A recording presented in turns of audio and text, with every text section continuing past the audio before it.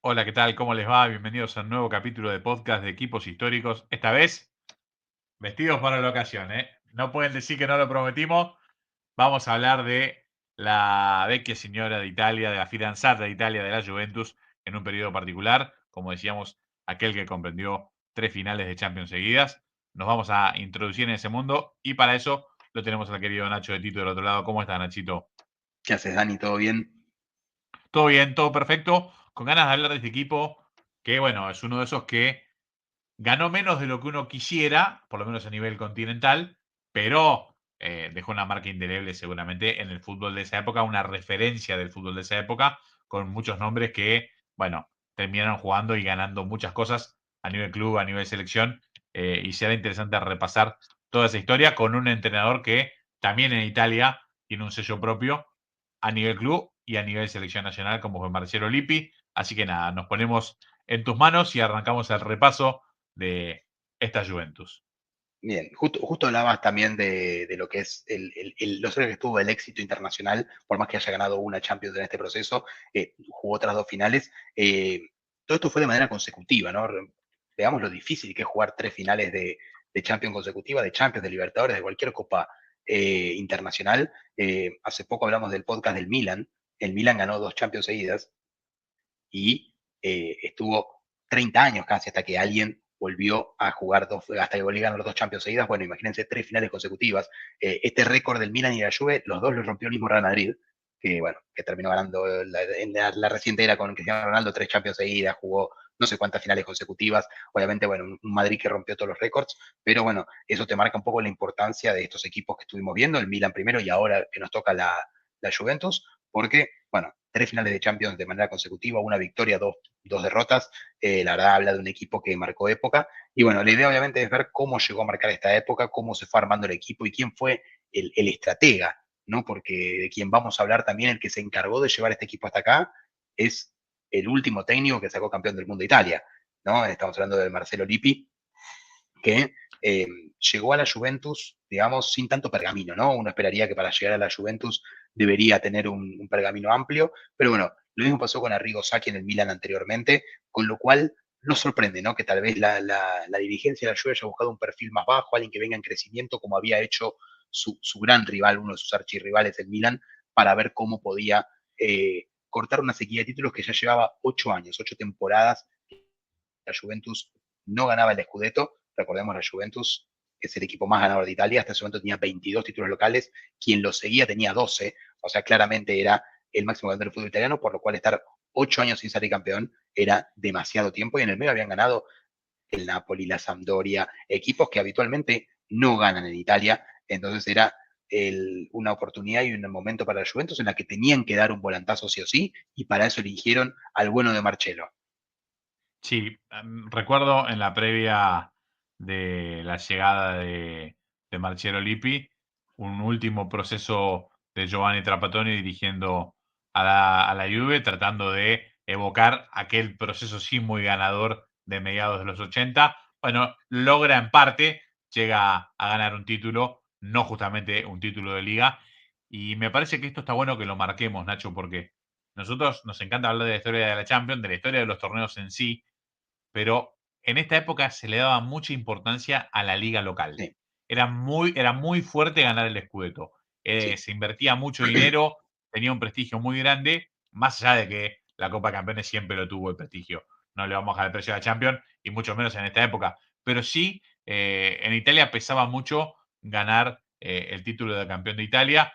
Lo decíamos en algún momento, tenía esto de ser como la NBA del fútbol. La Serie A Sí, italiana tenía los mejores jugadores del planeta, quizás alguna excepción que se escapaba por ahí, pero la gran mayoría estaba en los equipos italianos. Y que la Juventus, el más ganador de la historia, estuviera tanto tiempo sin ser el campeón, bueno, era algo que preocupaba a todo el mundo. Se empieza a armar de una manera puntual para tratar de recobrar ese título. Tiene a Roberto Baggio, que llegaba a ser el mejor jugador del mundo en 1993 con la camiseta bianconera. Bueno, eran muchas cosas que confluían para volver a tratar de ganar en Italia y meterse otra vez en el camino europeo. así es.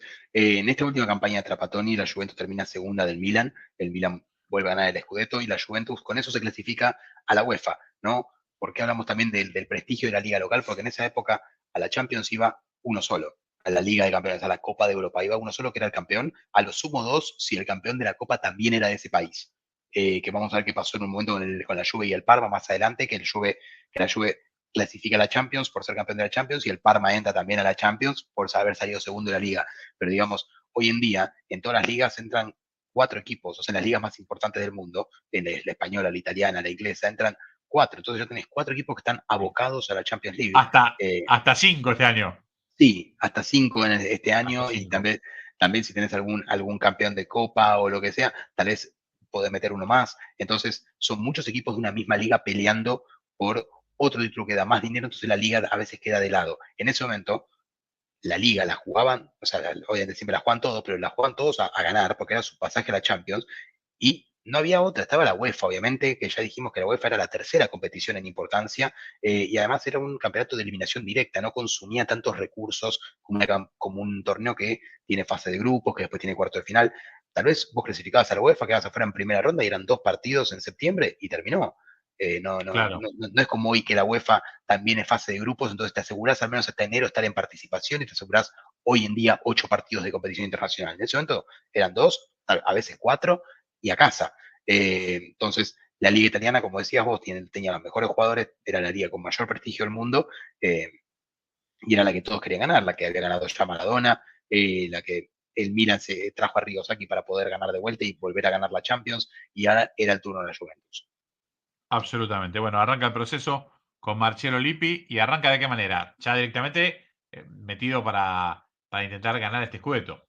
Así es, de entrada en la temporada 94-95, en el equipo Marcelo Lippi se lleva el campeonato, no sé si decirlo de punta a punta, pero sí agarra la punta en la fecha número 8 y no la alargó más. Desde la fecha 8 en adelante fue siempre puntero, a pesar de que tuvo un par de derrotas medio inesperadas durante el proceso. La Juve agarró la punta y se la llevó hasta el final y contaba con un cambio en Marcelo Lippi que tal vez pasaba del 4-4-2 al 4-3-3, porque contaba con tres excelentes delanteros, un tridente de ataque creo que enviaba a todo el mundo, y un muy joven, pero ya muy importante Del Piero, que esperaba desde el banco, ¿no? Un Del Piero que jugó bastantes partidos ese año, no tanto como vamos a ver que juega después en el proceso que la Juventus gana la Champions y sale su campeón de Champions, porque adelante de él tenía a Il Divino Codino, a Roberto Baggio, que venía, como bien dijiste vos, de ser Balón de Oro en el 93, de ser subcampeón del mundo en el 94, y que fue titular durante todo el proceso de Marcelo Lippi, que termina levantando este primer campeonato, que además incluye también el título de la Copa Italia y el subcampeonato de la Copa UEFA, que justamente lo pierde contra otro equipo de Italia, porque a la Copa UEFA sí clasificaban más de uno. Entonces, un primer año de Lippi en el que gana Liga, gana Copa Italia, subcampeón de Copa UEFA, un primer año muy bueno, con un Ravanelli, Viali, Piaggio, que era la envidia de cualquier delantera del mundo, y después una decisión inesperada al final de la temporada 94-95, que es sacarse encima a Baggio. Una decisión que Sí, trajo mucho ruido y que hasta originó protestas en la sede de la Juventus y en el estadio de la Juventus por esto. sí, tal cual. A ver, pienso en un club como la Juventus. Quizás hay que darle un poco de contexto, ¿no? Cuando se habla de la Juventus, hablamos del club de la familia Agnelli, históricamente. La familia Agnelli, para que algún desprevenido, si no está informado, la dueña de la Fiat, eh, interviniendo siempre en Juventus, hoy una de las dueñas de Ferrari, para poner un poco sobre claro de quién estamos hablando, ¿no? Y en este momento Gianni Agnelli, l'avvocato Agnelli, era el peso pesado de esta Juventus. Su hermano Eduardo a veces era el presidente, a veces alternaban ese rol. Eh, Hasta hace poco, Andrea Agnelli, que era el hijo de Eduardo, fue el presidente de la Juventus hasta hace poquitos años. Y Jonel Cananielli es el presidente del grupo Fiat, que es Stellantis y la Ferrari, es el nieto del abogado Agnelli, que es a su vez el nieto del fundador de Fiat. Hablamos de una familia, ¿no? De las más importantes de Italia. Para poner un poco sobre claro, para tomar una decisión, como decir, bueno, voy a agarrar al mejor jugador del fútbol del mundo, o uno de los mejores, como era Bayo, y como ya no forma más parte del proceso que nosotros queremos, porque nos gusta mucho este juvenil que está entrando y anda bien, bueno, eh, este es el favorito del presidente. Baggio es un jugador que es muy primadonna, tiene problemas en el vestuario, no combina también con los compañeros, que fue algo de lo que se lo acusó históricamente a Baggio en la prensa italiana, decir que no le gustaba, como decirse en Italia, fare spogliatoio, o sea, hacer vestuario, hacer amigos en el vestuario. Baggio se dedicaba más a la cancha. Bueno, después era un jugador era una persona muy particular, lo sigue siendo. Bueno, el presidente optó por relegar a Baggio, mandarlo al Milan y apuntar todo a este juvenil bautizado por él como Pinturicchio, en honor a algún pintor del Renacimiento, y a partir de ahí pensar una Juventus diagramada ya para un Del Piero de nada más y nada menos que 20 años. Muy Sí, joven. sí. Lo que contaste de Bacho, además, la venta al Milan, ¿no? Sí, sí, No sé, sí, no sé si claro. como una transferencia de Boca a River tan directa, pero por ahí le pasa, le pega al palo, ¿no? Si estamos Sí, hablando sí, de eso. sí. Además de la figura no solamente de la Juventus, sino la figura de la selección italiana. Yo creo que no hay un punto de comparación con Argentina como para hacer el paralelismo, pero lo más cercano que podría ser, imagínense si Maradona estaba jugando en Boca en el 86 y el presidente lo vendía a River. A ese nivel. Es impensado. Bueno, Baggio es, Algo, Baggio es algo una a de ese nivel. las Bayo es una de las pocas, para ver la calidad de hombre que estamos hablando, ¿no?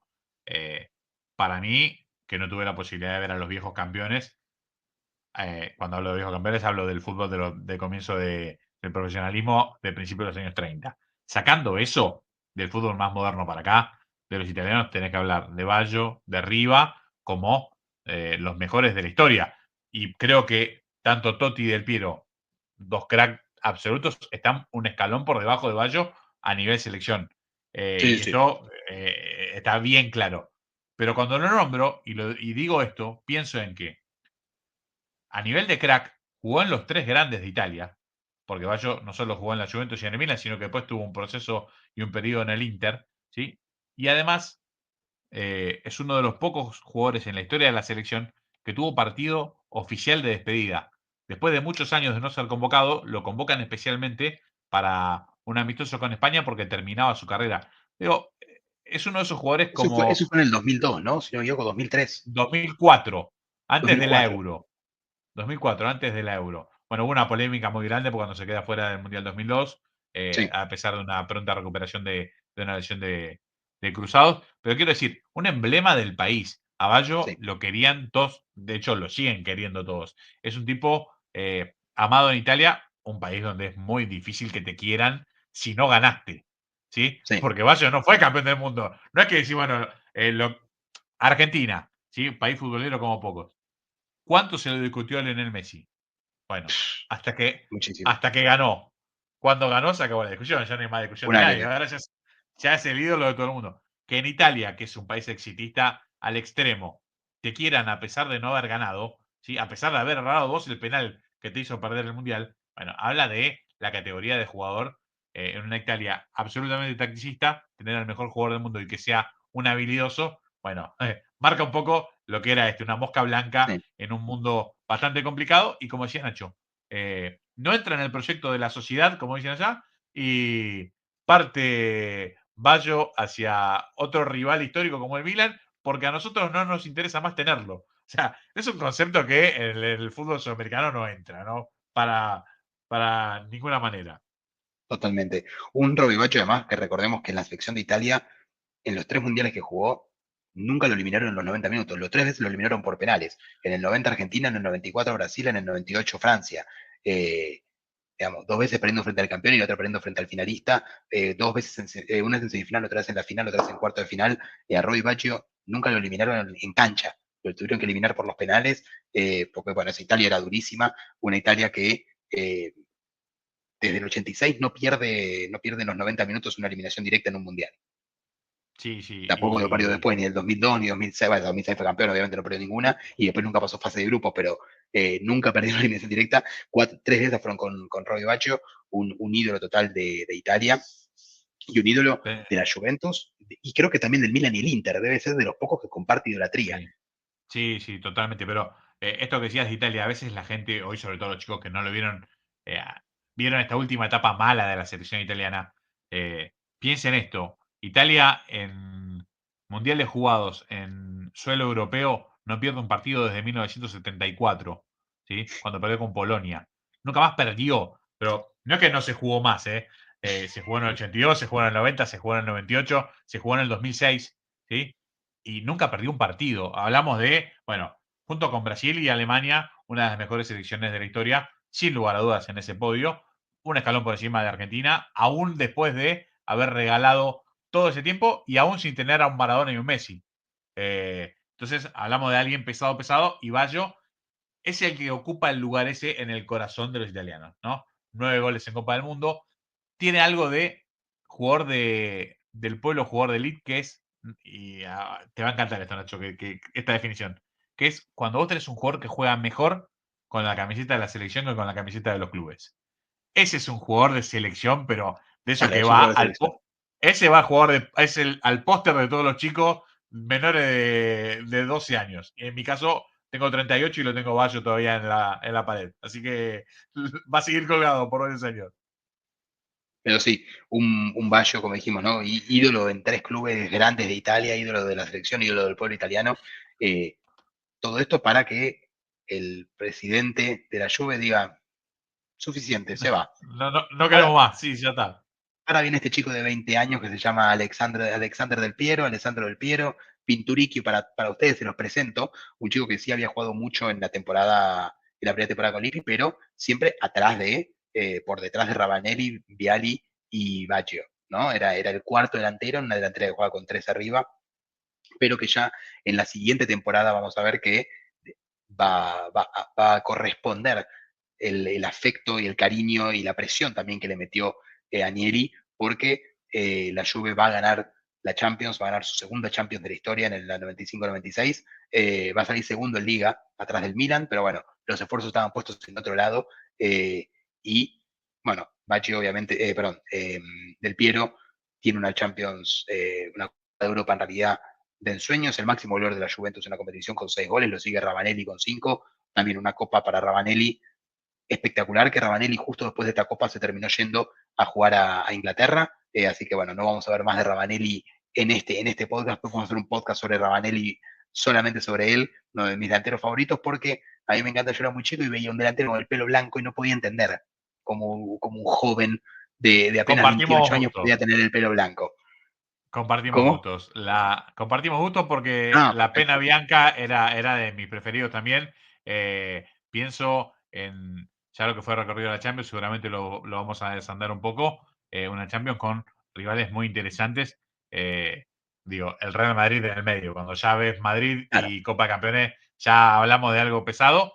Y una final que se juega en el Olímpico de Roma. O sea, Juventus no era específicamente local, pero siendo el club más popular de Italia y jugándose en tierra italiana, bueno, que se partía juegue, con cierta ventaja.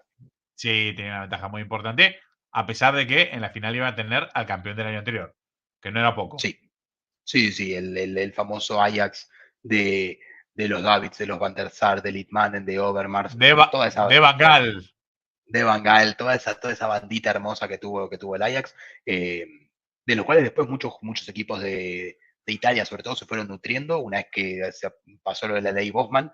Es más, vamos a ver que Edgar Davids juega la final contra la Juventus y en unos años después va a estar en la Juventus jugando finales de Champions para la Juventus. Lamentablemente para Davids, siempre con derrota en este caso, pero afortunadamente para la Juventus la primera fue con victoria para la Juve.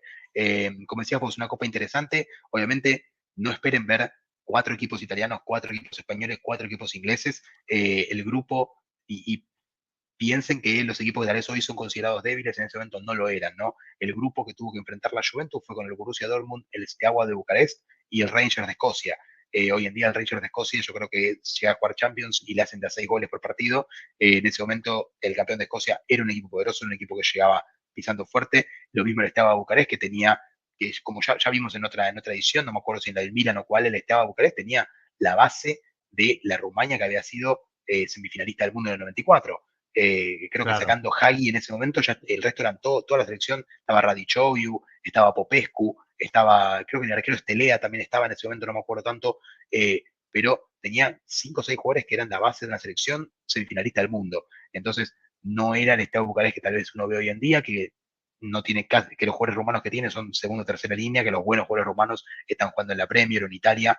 En ese momento era la selección de Rumania y una muy buena selección.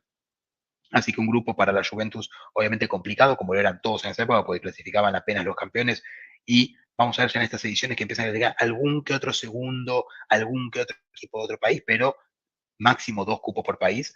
Y la Juve gana los primeros 4 partidos, ¿no? Le gana al Steaua, le gana al Rangers, le gana al Borussia Dortmund y le vuelve a ganar al Rangers para ya posicionarse con 12 puntos clasificado a la siguiente ronda. Luego, bueno, una derrota contra el Borussia y un empate que anecdótico contra el Steaua porque ya estaba clasificado a la siguiente ronda.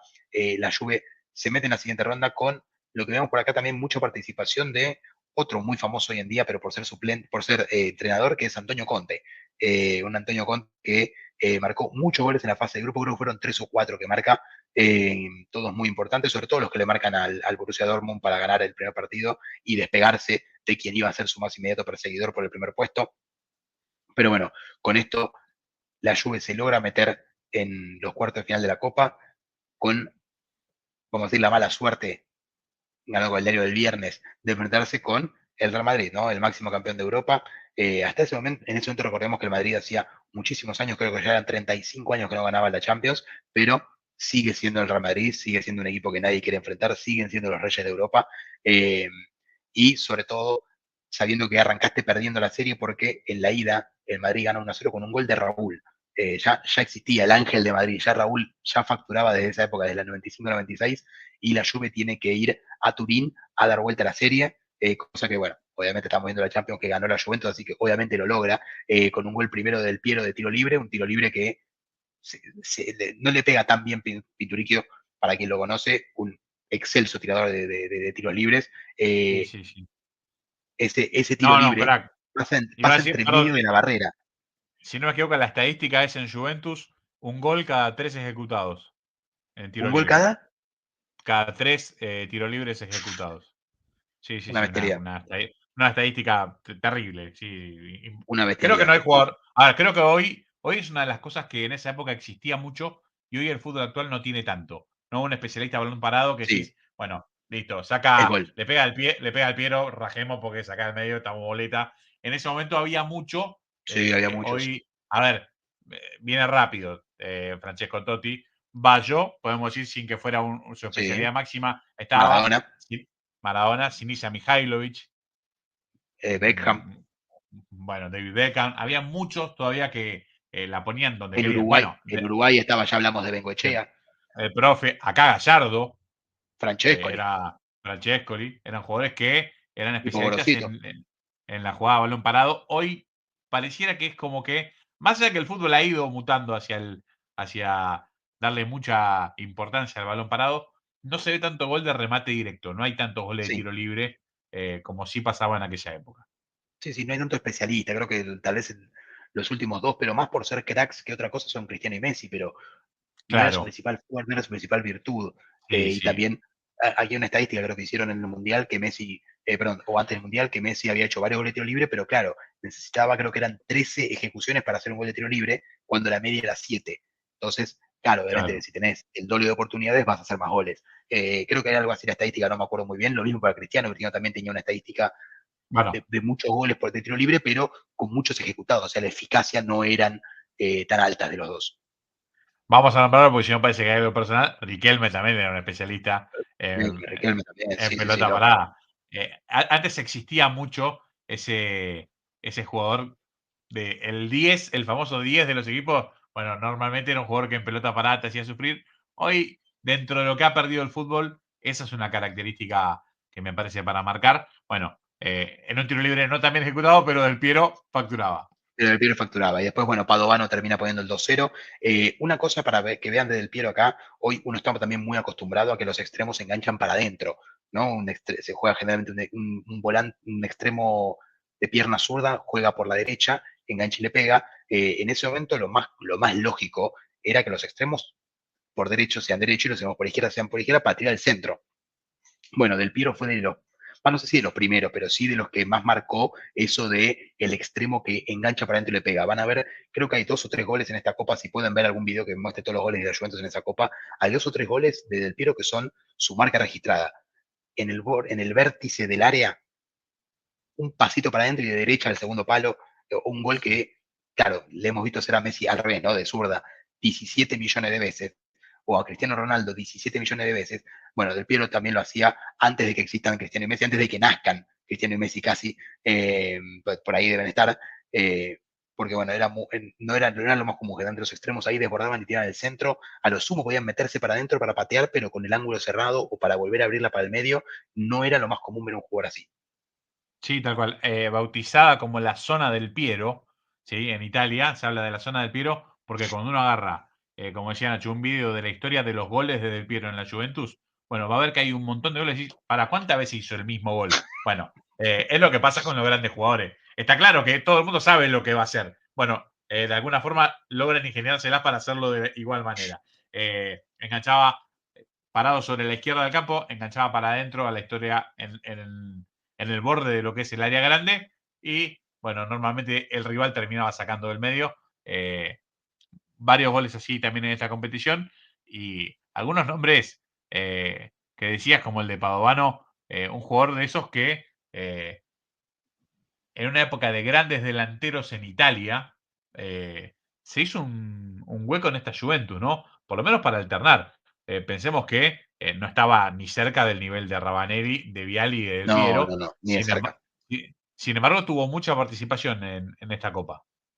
Sí, sí, sí, ni hablar. Vamos a ver que también marca uno de los penales en la final contra el Ajax. Pero bueno, con ese 2-0 de Padovano, un lindo zurdazo cruzado para liquidar la serie. La Juve se mete en la siguiente ronda donde iba a enfrentar al Nantes, al equipo francés, donde primero le gana 2-0 como local en el estadio de Lealpi con un gol del, acá vamos a verlo por primera vez, a nombrarlo al serbio en ese momento yugoslavo, Jugovic, el yugoslavo Jugovic, ya venía con la nacionalidad en el nombre, y el otro gol de Gianluca Vialli, y luego el partido de vuelta en Francia, una derrota 3-2, pero que igual uno estuvo a un gol tal vez el Nantes, pero bueno, en esa época había gol de visitante en caso de empate valía doble, con lo cual el Nantes estuvo a 2 goles de pasarlo, y con la salvedad también de que la Juventus se puso en ventaja, estuvo 1-0 arriba, luego estuvo 2-1 arriba, y recién el 3-2 de Nantes llegó 8 minutos del final, con lo cual una clasificación bastante tranquila de la Juventus a la final, después de lo que había sido un durísimo partido en los cuartos, donde tuvo un gol de quedar afuera, porque en ese caso el gol de Vicente lo beneficiaba al Madrid. Si el Madrid hacía un gol después del de Padovano, la Juve se quedaba fuera y pasaba al Madrid. Así que nada, una eliminatoria muy diferente a la que fue del Madrid, que lo deposita una vez más en la final y con el Ajax, como decías vos, de Luis Van Gaal. Una final que, bueno, ahora en un ratito vamos a ver el video, pero para comentarles, obviamente abre la cuenta Ravanelli en un gol, a ver, sin miedo a equivocarme, te digo, el gol con menos ángulo en la historia de las finales de Champions. Sí, impresionante. Sí, sí, sí, impresionante cómo termina en gol, no se puede creer. Sí, sí. Claro, porque además uno generalmente espera que si uno le pega sin ángulo, si sos derecho, deberías pegarle desde la izquierda para que vaya haciendo la coma para adentro. Bueno, ni siquiera eso. Rabanelli la agarró de derecha y le pegó de derecha sin ángulo y la pelota entró igual. Nada, cosas que solamente el loco Rabanelli podía hacer. eh, lo cual abre la cuenta en la final. Luego lo empata Litmanen a los 40 del primer tiempo y después nos vamos a los penales donde la Juventus finalmente se alza como campeón ganando 4-2 con uno de los goles de Padovano. Van der Sar no pudo atajar ninguno de los penales que le ejecutaron y al revés, sí, perdón, el Ajax cerró 2, con lo cual 4-2 para la victoria de la Juventus, que le dio el permiso para jugar luego con River, el campeón de la Libertadores 96. Hay video de los dos, así que vamos primero, si querés, con el de la final de la Dale. Champions para ver el partido.